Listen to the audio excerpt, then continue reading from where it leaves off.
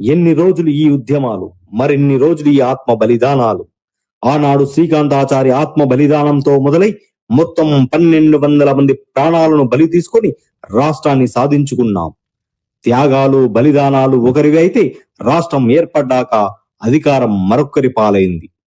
ప్రత్యేక తెలంగాణ సాధించుకున్నామన్న మాటే కాని ఊహించిన అభివృద్ధి ప్రజల జీవితాల్లో చూడలేకపోయాం. మళ్ళీ ఇప్పుడు బీసీ రిజర్వేషన్ ఉద్యమాలు జరుగుతున్న సందర్భంలో శ్రీకాంతాచారి బలిదానం చేసుకున్న ఇదే డిసెంబర్ 3వ తేదీ రోజున బీసీలకు తీవ్ర అన్యాయం జరుగుతుందంటూ శ్రీ సాయి ఈశ్వరాచారి ఆత్మహత్య చేసుకోవడం తీవ్ర కలకలం రేపుతుంది. యావత్ తెలంగాణ బీసీ సమాజాన్ని ఒక్కసారిగా శోకసంద్రంలోకి నెట్టివేసింది. అసెంబ్లీ ఎన్నికల సందర్భంగా కాంగ్రెస్ పార్టీ కామారెడ్డిలో నిర్వహించిన బహిరంగ సభలో బీసీలకు స్థానిక సంస్థల ఎన్నికల్లో 42% రిజర్వేషన్ కల్పిస్తామని హామీని ఇవ్వడం జరిగింది. ఇదే కామారెడ్డి డిక్లరేషన్. అయితే కాంగ్రెస్ పార్టీ అధికారంలోకి వచ్చిన 2 సంవత్సరాల తర్వాత బీసీ నాయకుల ఒత్తిడితో బీసీలకు 42% రిజర్వేషన్ కల్పించేందుకు వీలుగా జీవోను తీసుకువచ్చింది. అసెంబ్లీ సాక్షిగా అఖిలపక్షం నాయకులందరి మద్దతుతో బిల్ పాస్ అయినప్పటికీ రాష్ట్రపతి ఆమోదం లభించకపోవడంతో అసలు సమస్య మొదలైంది. ఇదే సమయంలో ప్రభుత్వం తెచ్చిన బిల్లుకు వ్యతిరేకంగా హైకోర్టులో పిటిషన్ దాఖలైంది. అనంతరం రిజర్వేషన్లు 50% దాటొద్దని, అది రాజ్యాంగ విరుద్ధమని ప్రభుత్వం జారీ చేసిన జీవోను హైకోర్టు రద్దు చేసింది. దీంతో తెలంగాణ రాష్ట్ర ప్రభుత్వం మేము బీసీలకు అనుకూలమేనని, కేంద్రంలోని బీజేపీ ప్రభుత్వమే బీసీ బిల్లును అడ్డుకుంటుందని కేంద్ర ప్రభుత్వాన్ని నిందించడం మొదలుపెట్టింది.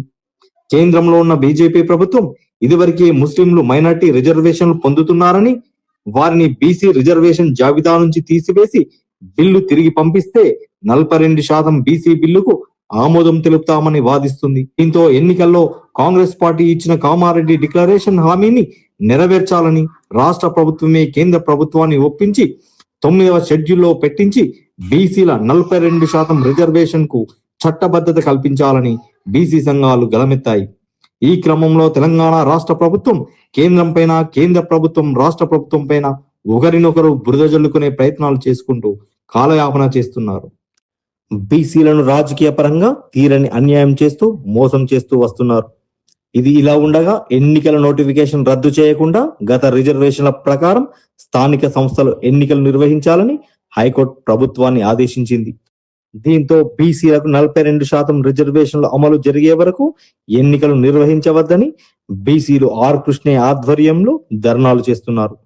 మరోపక్క justice Eshwaraiah, retired IAS officer Chiranjeevulu, Visharadan Maharaj లాంటి నాయకులు బీసీ 42% రిజర్వేషన్ చట్టబద్ధత కోసం పోరాటం చేస్తున్నారు.